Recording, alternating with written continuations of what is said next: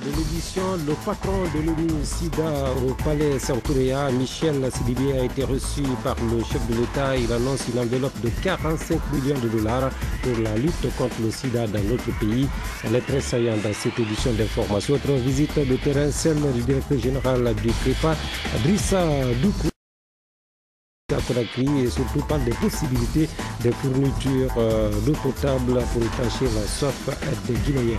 Vous aurez de larges extraits dans cette édition d'information. Enfin, les religieux guinéens qui sont préoccupés par l'équipement des tissus sociaux, ils appellent le PNUD pour l'aider à mener une campagne d'information et de sensibilisation à la paix et à la réconciliation nationale. Les très saillants dans cette édition d'information. Mesdames et messieurs, vous êtes bel et bien sur la lucarne joyeuse de la radio-télévision guinéenne. Bienvenue à cette édition d'information. À la une, l'audience que le chef de l'État a accordée hier, on vous l'a dit, à une forte délégation chinoise conduite par le ministre chinois du Commerce.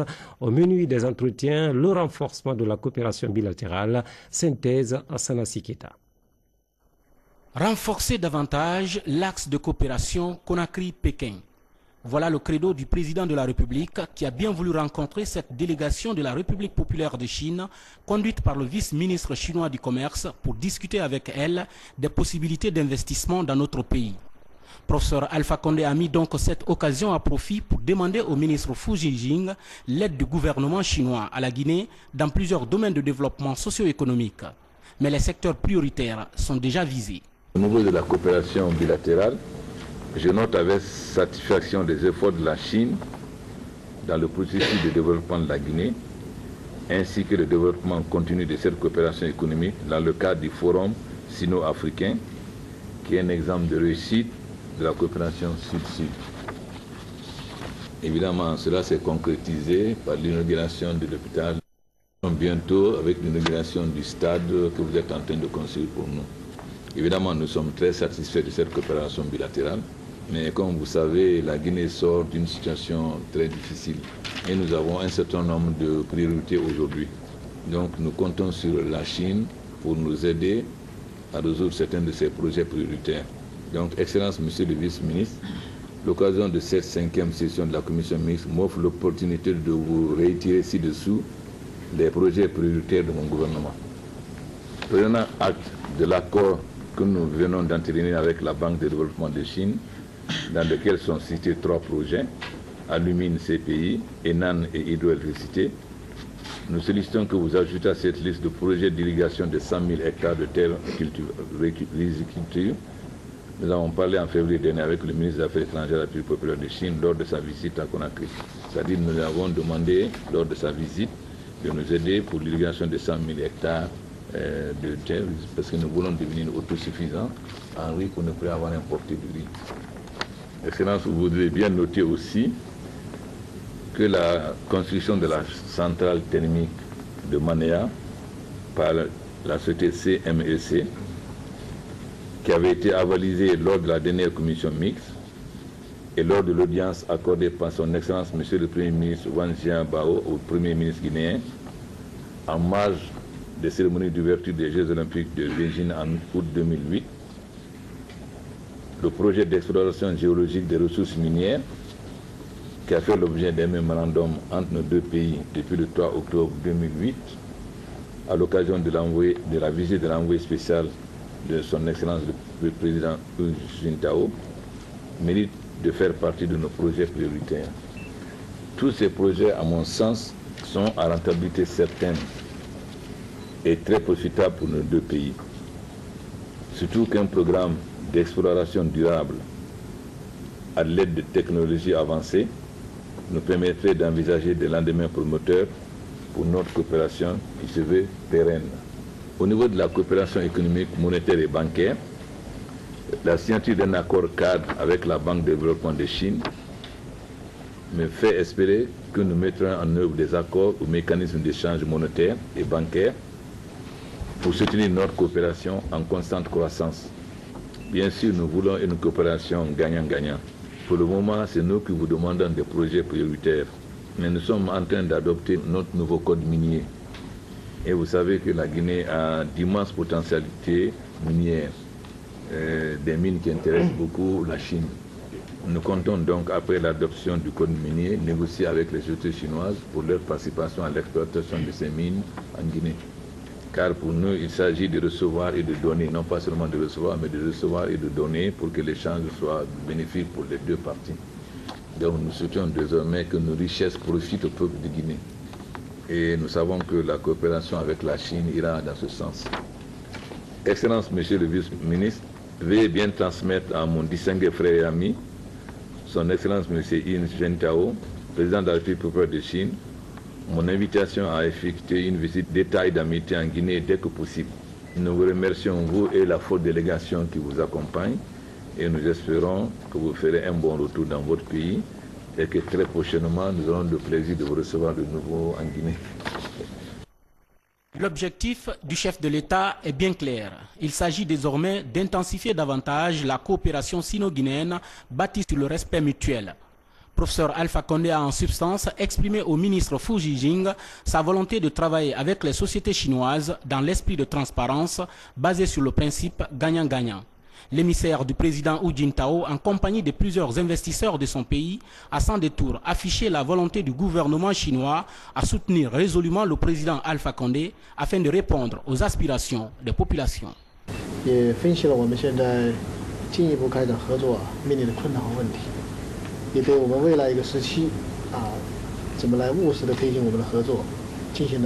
À cette occasion de ma visite à notre pays, on a eu la 5e session de la commission mixte de la coopération économique et commerciale. Moi et le ministre, nous avons déjà estimé et évalué les résultats depuis la dernière session de la commission mixte. Et puis on a analysé les difficultés et les problèmes qui gênent notre prochaine coopération. Et puis on a discuté sur les sujets des intérêts communs pour notre coopération dans le futur. Pour rendre notre visite plus pragmatique, cette fois-ci, à l'occasion de ma visite en votre pays, je suis venu avec une forte délégation des entreprises et des institutions financières chinoises. Et maintenant, les institutions financières concernées et les entreprises sont en train de discuter et échanger des informations dans l'hôtel. Pendant cette visite, je me suis trouvé que notre relation et la coopération économique commerciale déjà plein de succès. Je suis content pour cela, mais je me suis trouvé aussi qu'il y a toujours une grande potentialité et espèce de développer, surtout dans les domaines de l'investissement et les projets, des grands projets. Et les avancements des grands projets sont moins avancés. Donc je pense que quant à notre relation politique remarquable, notre coopération économique et commerciale est moins développée que ça. Et nous apprécions beaucoup sous votre direction les politiques des projets de 100 jours et puis les domaines de développement indépendant que vous venez évoquer. Comme vous venez évoquer, dans le domaine de la coopération agricole, le domaine de l'infrastructure et de l'exploitation minière, le gouvernement chinois encourageait les entreprises chinoises qualifiées à participer dans la coopération de ces domaines. Donc je pense que c'est non seulement ces 3 domaines de coopération, on a aussi des avantages de développer de chacun. Donc nous pouvons envisager notre coopération dans presque tous les domaines.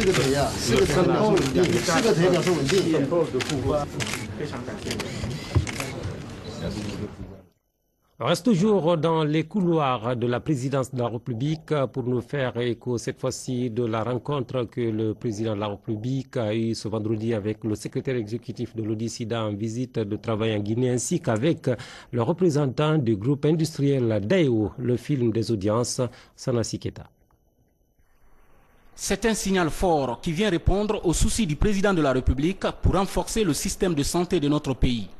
45 millions de dollars américains.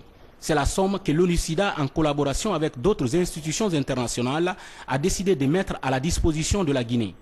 La présence donc du directeur exécutif de l'ONUSIDA auprès du chef de l'État se situe dans ce sens. Michel Sidibé a exprimé tout son soutien nécessaire au professeur Alpha Condé pour lutter efficacement contre le sida en Guinée sous toutes ses formes de contamination. Je voudrais tout d'abord dire que c'était un plaisir, un honneur pour moi de m'entretenir avec le président de la République.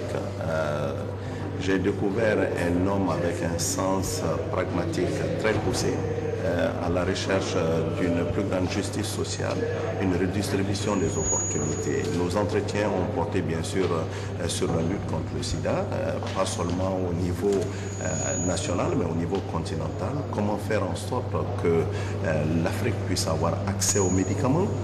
Je crois que c'est une priorité pour lui et il était très touché par le fait qu'aujourd'hui certains malades en Guinée n'ont plus d'accès au traitement. Il m'a promis qu'il fera tout ce qu'il pourra pour faire en sorte que des dispositions soient prises au niveau national, qu'une ligne budgétaire puisse exister pour faire en sorte que ces malades aient accès aux médicaments. Alors que la position justement de votre institution aujourd'hui pour soutenir le président de la République dans ses ambitions? Vous savez, on s'est battu avec nos partenaires. L'ONU-SIDA a quand même 10 partenaires avec elle. Je pense au PNUD, à la Banque mondiale et les autres pour aider le pays afin d'avoir accès au Fonds mondial. 45 millions de dollars ont été approuvés. 45 millions de dollars qui seront mis à la disposition de ce pays pour pouvoir avancer la lutte contre le sida. Mais je veux dire que ces fonds vont permettre aussi de renforcer le système de santé. Ces fonds vont aider aussi à combattre bien sûr la transmission de la mère à l'enfant. Comme vous le savez, aujourd'hui en Afrique, on a 400 000 enfants qui naissent chaque année avec le sida, ce qui n'est pas acceptable parce que dans le reste du monde, il n'y a plus d'enfants qui naissent avec le sida. En Guinée, on a une seule femme enceinte, je dis bien sur 5, qui se trouve avoir accès aujourd'hui aux services de prévention pour stopper cette transmission de la mère à l'enfant. Ces 45 millions vont aider certainement à l'élimination de cette transmission et je suis persuadé qu'avec le mouvement actuel du gouvernement guinéen qui se réorganise, qui essaie d'amener une plus grande rigueur en termes budgétaires, une plus grande discipline en termes de gestion des ressources, ces ressources aideront à avancer la lutte. Ensuite, c'est la délégation sud-coréenne du groupe Daewoo qui est reçue par le président de la République. Ces investisseurs ont parlé avec le professeur Alpha Condé des opportunités d'investissement dans le domaine de la construction des logements sociaux dans notre pays. 이 기니에 국민주택을 짓는데 저희들이 대한민국의 열정으로서 좀 참여를 하고 싶어서 이렇게 만났습니다. Le sujet de ce meeting avec Monsieur le Président concernait la construction de logements sociaux à Conakry, où nous souhaitons apporter toute la technologie et la passion coréenne pour la construction de ces logements sociaux. 대통령께서 이제 결심을 하셨으니까 최대한 빨리 할 수 있으리라고 생각을 하고 한 5월 정도부터는 그냥 시작을 할 수 있으리라고 생각을 합니다. Donc comme nous avons eu un signe très positif de la part de Monsieur le Président, Monsieur Cho s'engage dès que possible à commencer la construction de ces bâtiments. Chul Wan-Chou du groupe Daewoo entend ainsi s'investir pleinement en Guinée en appuyant la politique du chef de l'État qui a également mis au centre de ses préoccupations la construction des logements sociaux pour améliorer substantiellement les conditions de vie des cadres du pays. Et voilà, c'était donc la feuille d'audience signée Salassi Keita. Juste quelques infos en rapport avec la présidence. Sachez qu'après cette édition d'information, vous pourrez suivre l'intégralité de la cérémonie d'inauguration de l'hôpital de l'amitié sud-guinéenne, cérémonie qui était présidée par le chef de l'État. Et par ailleurs, et à titre de rappel, il y a ce communiqué de la présidence de la République à son Excellence, Monsieur le Président de la République, chef de l'État, le professeur Alpha Condé, convie les commerçants et les cambistes à une concertation demain, samedi 16 avril 2011, au Palais du Peuple à partir de 9h. Et compte tenu de l'importance de l'ordre du jour, la présence de tous et de chacun est vivement souhaitée, la présidence de la République. Autre balai d'audience, c'est au Palais de la Colombe à Boulbinet où le Premier ministre, chef du gouvernement, a reçu le secrétaire exécutif de Synergie africaine contre le sida, tout comme d'ailleurs le secrétaire exécutif de l'ONU-SIDA que vous avez vu en image. La lutte contre le mal du siècle a dominé les débats. Hadi Kamara. En séjour de travail en Guinée depuis mardi, le directeur exécutif de l'ONU-SIDA a été reçu en audience jeudi soir par le Premier ministre chef du gouvernement. Le Malien Michel Sidibé est venu expliquer au gouvernement la nécessité de renforcer les mécanismes de gestion des fonds alloués dans le cadre de la lutte contre le sida en Guinée, une maladie qui continue de faire des ravages à travers l'Afrique avec 23 millions de personnes atteintes, plus de 4 millions de personnes sous traitement et 10 millions attendent le traitement. Ce chiffre effraie et interpelle une synergie d'action à tous les niveaux pour freiner cette progression. Actuellement, la Guinée fait partie des pays où le taux de prévalence du VIH-Sida est en régression. C'est là, compte tenu de l'efficacité de certaines structures qui évoluent dans la lutte contre cette pandémie. Toutefois, l'ancrage institutionnel avec les mécanismes de gestion forts reste une préoccupation majeure. Là-dessus, le Premier ministre a fait comprendre au directeur exécutif de l'ONU-SIDA que le gouvernement guinéen inscrit la lutte contre le sida parmi ses grandes priorités. Sur ce, il entend renforcer et appuyer les structures pour une meilleure gestion des fonds mis à disposition. Je voudrais vous rappeler, c'est l'engagement de ce gouvernement à faire en sorte que la lutte contre le sida ne soit pas seulement un slogan, mais que cela se traduise par des actions concrètes. C'est pourquoi il nous a été donné à un moment de prendre des dispositions urgentes pour aider les personnes porteuses de VIH-Sida d'accéder à des médicaments qui manquaient déjà. Je crois que le premier travail sur lequel il faudrait peut-être qu'on se pense, c'est ça, l'accessibilité aux médicaments. Je suis heureux de constater que c'est une des préoccupations majeures. Évidemment, c'est un terme, c'est un domaine très technique. Nous ne savions pas qu'il y avait des initiatives de ce genre, une réponse à la dimension de nos pays, de l'Afrique, etc. serait peut-être une solution. Et là, je vous rassure que nous-mêmes verrons appuyer cette initiative si notre contribution était demandée. Pour le reste, je ne peux que vous rassurer que nous ferons le maximum pour que le cadre institutionnel soit revu. Et l'ancrage aussi ne fera pas défaut. Aujourd'hui, le sida menace beaucoup de choses, y compris le développement même de nos pays. Donc, nous vous remercions. Le chef de l'État nous a déjà reçus. Et tout ce qu'il nous a dit, c'est là l'avis du gouvernement, qui n'a pas hésité à prendre des décisions capitales. Et nous sommes prêts encore, au plan budgétaire, à créer des lignes spéciales dédiées à la lutte contre le sida et à renforcer l'équipe.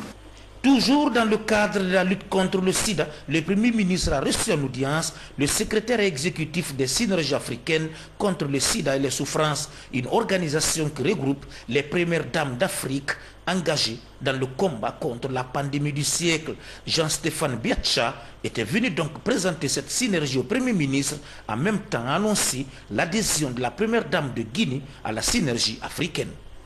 Nous sommes simplement venus présenter tous nos respects à Monsieur le Premier ministre, lui signaler notre présence, parce que vous savez que demain, il devrait y avoir une cérémonie importante impliquant la première dame de Guinée. Donc nous sommes venus le saluer en tant qu'association, représentant de cette association des premières dames, laquelle fera désormais partie Madame Condé Djenekava. Après, ce fut le tour des investisseurs chinois d'être reçus par le Premier ministre. Il représente la société CETC internationale spécialisée dans la production de l'électricité, des équipements électroniques et l'énergie solaire par satellite. En plus de ce domaine d'intervention, cette société semble très intéressée par le secteur minier guinéen.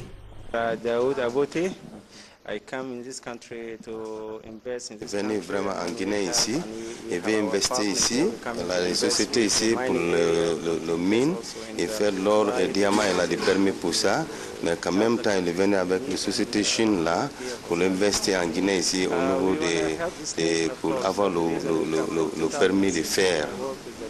Bon, il est venu vraiment pour investir en Guinée, il veut investir en Guinée ici maintenant, il veut investir sur l'eau, l'électricité, avec la route, tout ce qui concerne les grands projets ici, si la société est prête à travailler avec lui, il est prêt à travailler avec l'État.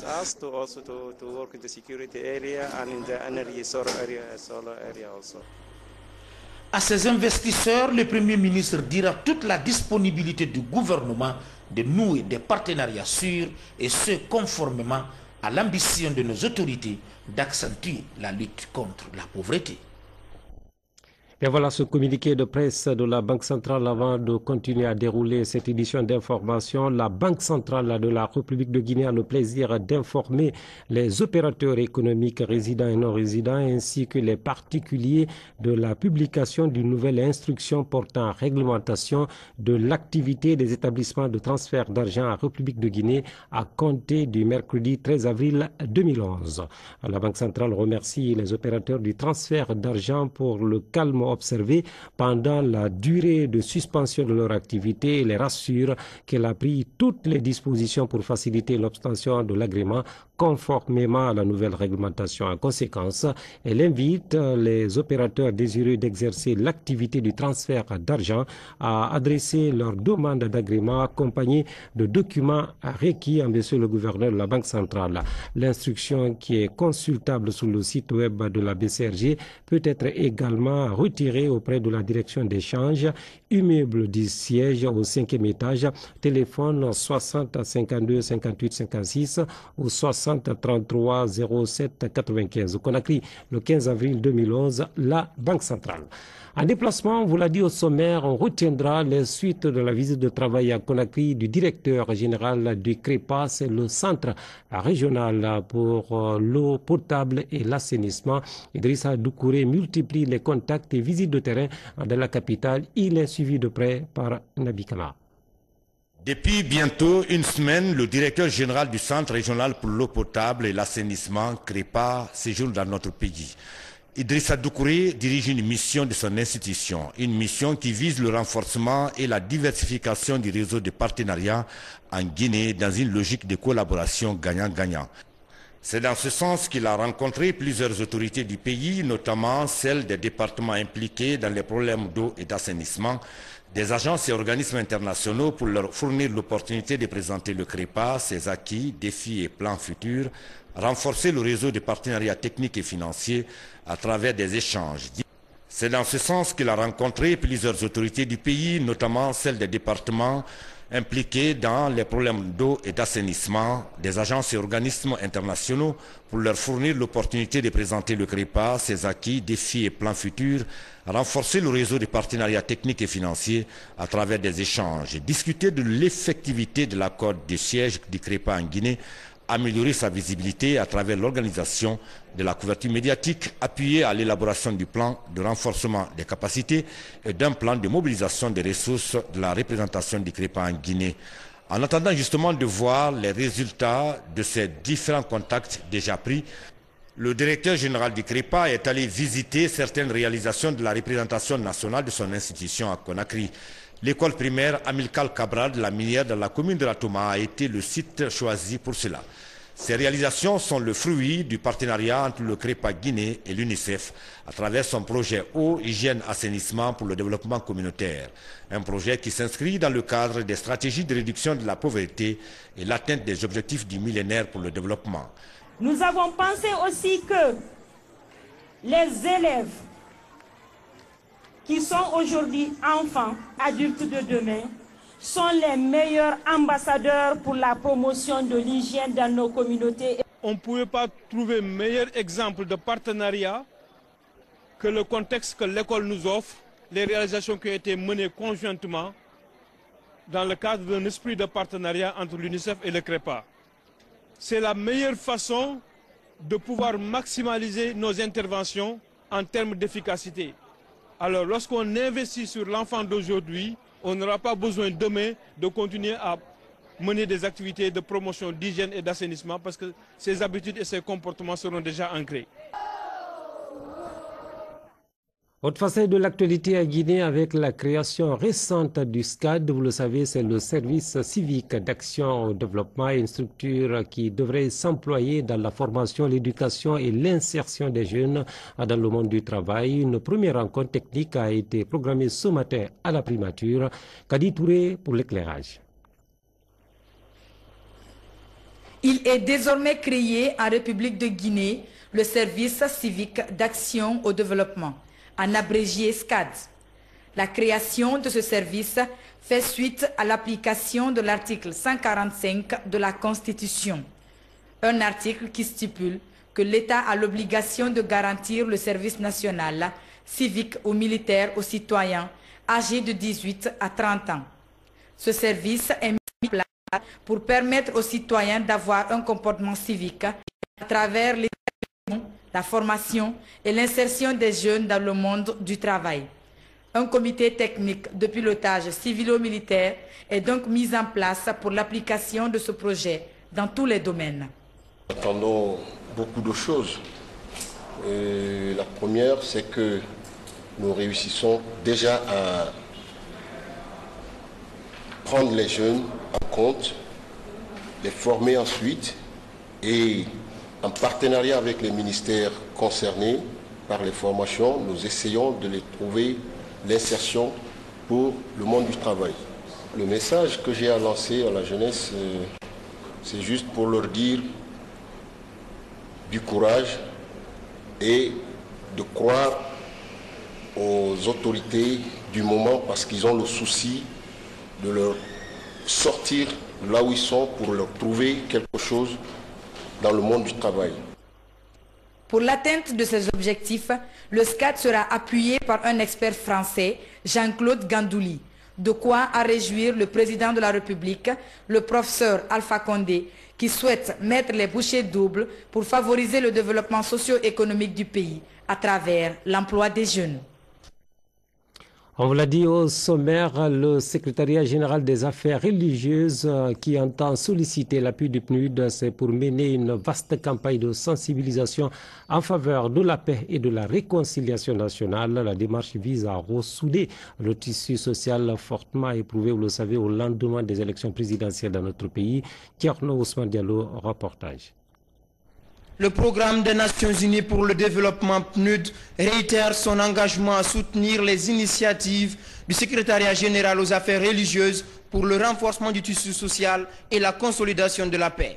Au cours de cet entretien avec le représentant du PNUD en Guinée, le secrétaire général aux affaires religieuses a fait part de sa volonté d'organiser une campagne de sensibilisation en faveur de la paix sur tout l'étendue du territoire.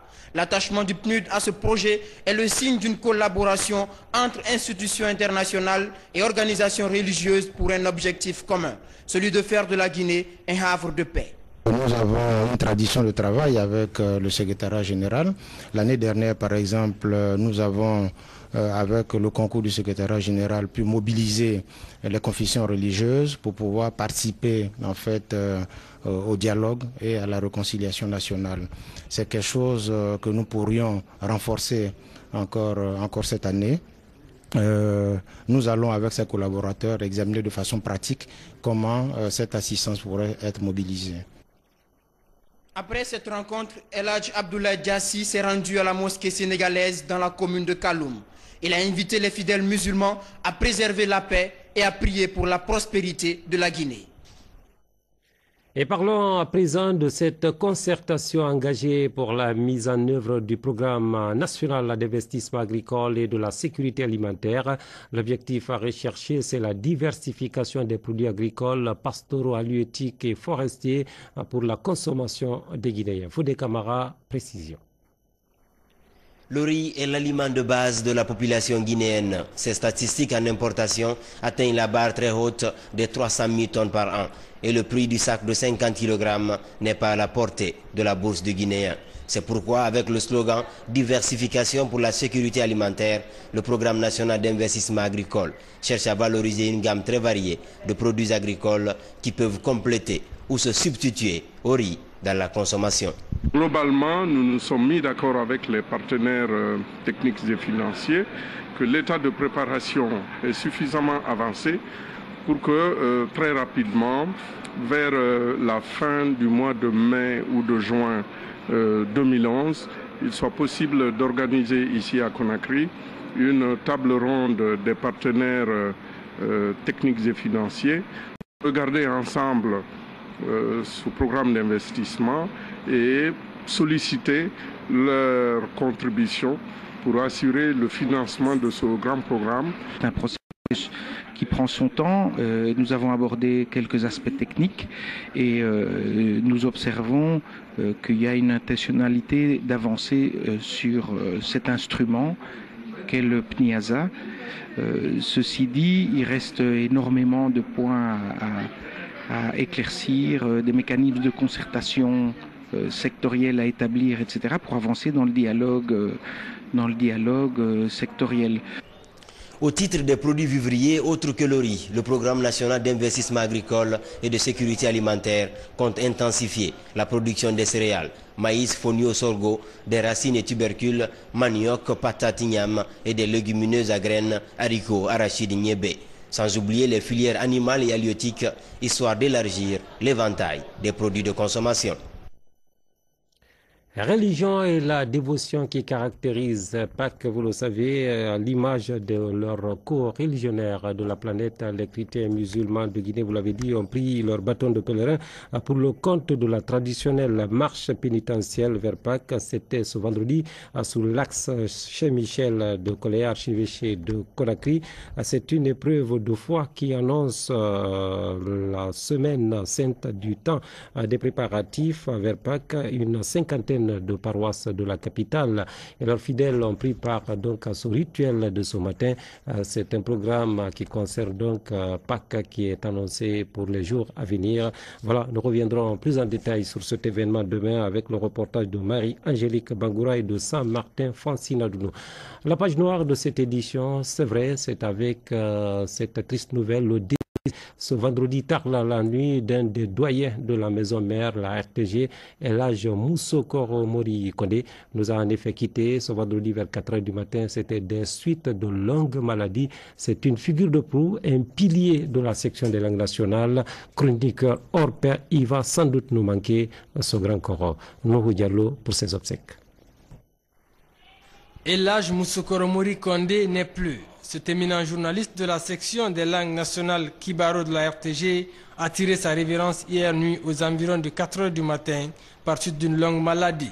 Moussokoro Mori Kondé était malade depuis 2 ans.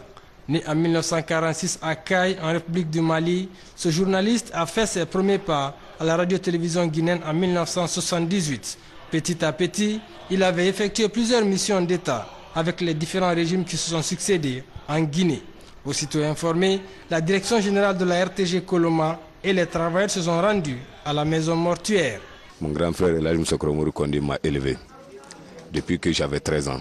Et Elhadj Moussokoro Mori Kondé a consacré 75% de ses temps au service de la RTG.